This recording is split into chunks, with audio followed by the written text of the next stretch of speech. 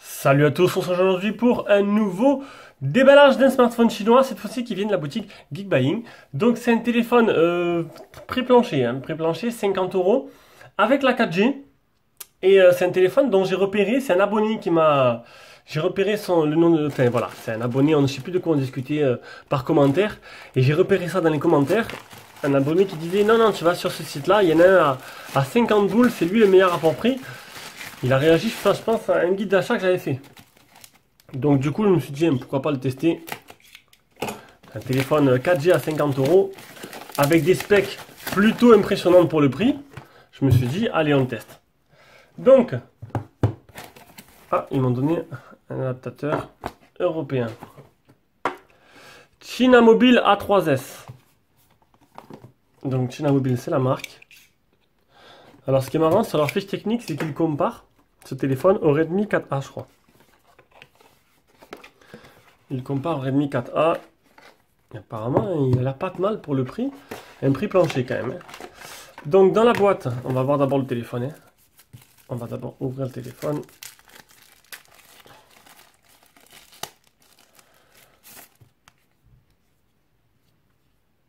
On va enlever ça. Hop.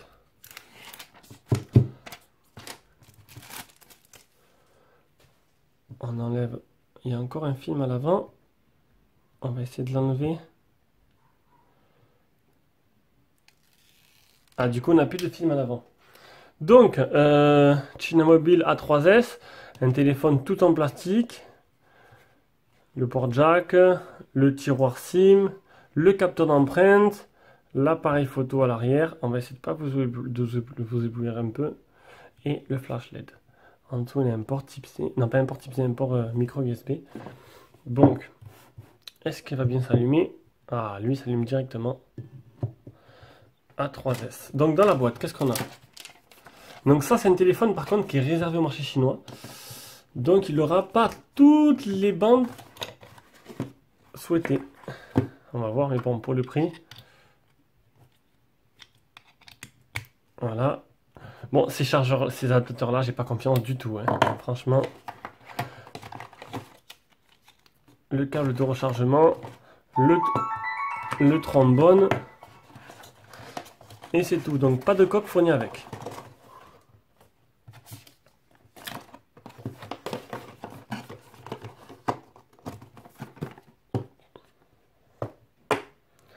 Il s'allume directement.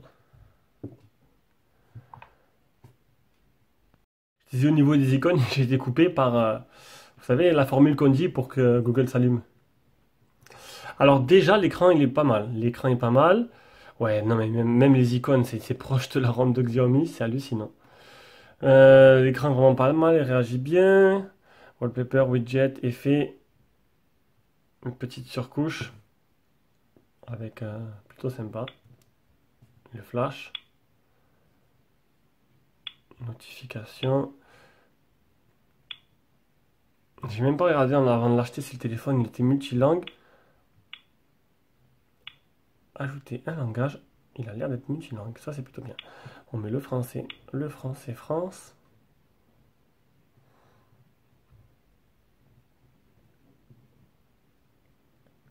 Alors, à propos du téléphone, on est bien sûr un modèle A3S avec un processeur Qualcomm. Alors là, du Qualcomm et de l'Android 7.1.1.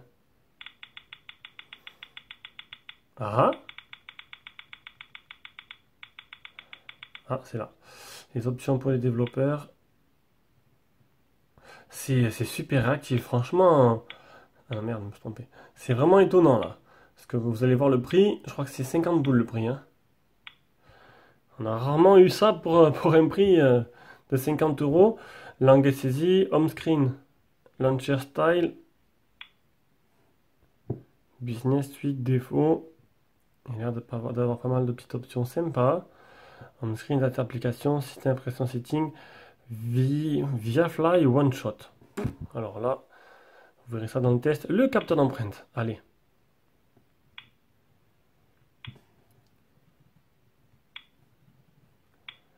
Après, je vais supprimer. Alors.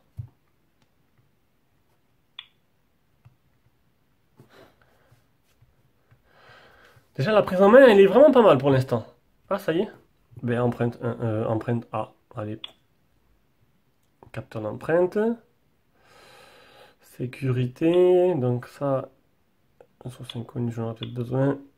En cas où. Compte, localisation, lock screen, X password. Batterie. Les boutons virtuels. On peut changer. Mais non, moi ça me va très bien comme ça.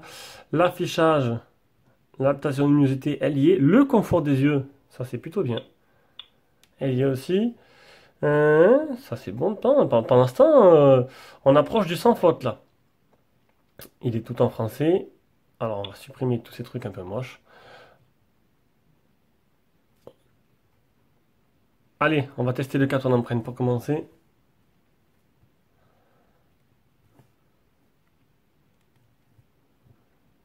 Eh bien, il est très réactif ce capteur d'empreinte. Il est très très réactif. Si je mettais mon Wi-Fi, ça, on pourrait voir un peu. Tiens, on ne sait jamais, peut-être qu'il y a des mises à jour. Hein. Open, activer le Wi-Fi. Ça doit être là.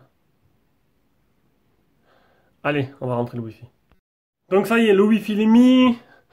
Le compte Google aussi. Donc il y a bien le Play Store. On va aller voir si par hasard il n'y aurait pas une mise à jour. Alors, hop, ici. À propos du téléphone. Ah, je sais pas où est l'onglet mise à jour. Je sais pas du tout où ils ont mis l'onglet mise à jour. Bon, on verra ça un peu plus tard. J'essaierai de le faire pour le test. Donc, allez, on va pas trop traîner. On va faire des photos pour voir. Alors, l'appareil photo, il est là. Normal, beauty. Mémoriser les lieux, ouais, pourquoi pas. Non, on s'en fout en fait.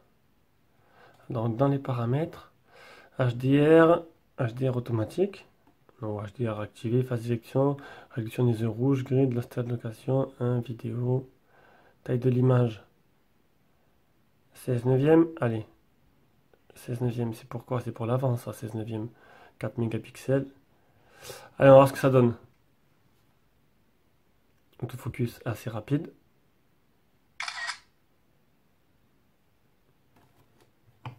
Donc là, c'était avec le HDR activé. Hein. On va quand même le désactiver, ce sera un peu plus rapide. Hop.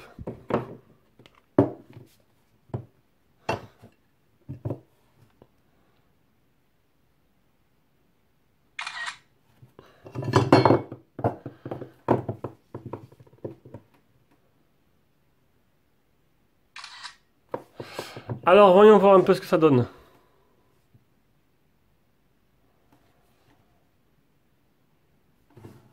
Ça manque un peu de luminosité quand même.